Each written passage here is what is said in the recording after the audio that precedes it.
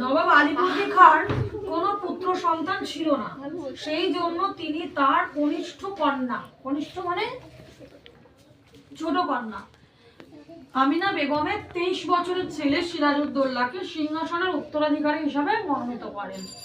এতে সিংহাসনের সম্ভাব্য অন্যান্য দাবিদাররা সিরাজের প্রতি অখুশি হয়ে পড়েন। অন্যান্য আরো মাসির আরো ছেলেরা আছে, তারাও দাবিদার সিংহাসনের, তো সিরাজের প্রতি তারা অখুশি হয়ে পড়েন।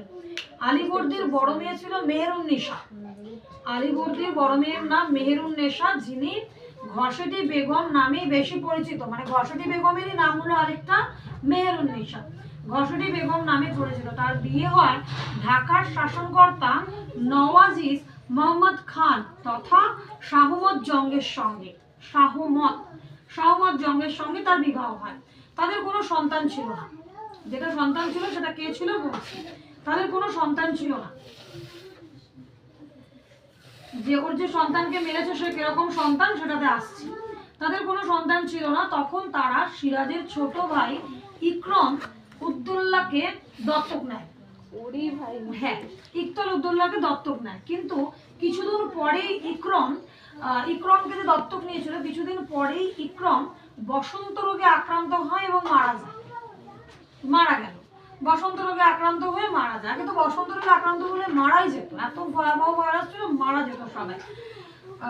বসন্ত, প্লেগ এগুলো হলে তো কেউ এখন ওষুধপত্র টিকা আবিষ্কার হলে বসন্ত এখন কোনো রোগই না, রবিবার হচ্ছে 2-3 দিন থাকছে চলে যাচ্ছে। আগে বসন্ত রোগে মারা যেত, তো মারা গেছে। সন্তান হারানোর দুঃখে মৃত্যু হয় শাহমত জঙ্গের, মানে ঘসেটি বেগমের বরে শাহমত জঙ্গের মৃত্যু হয়ে যায়।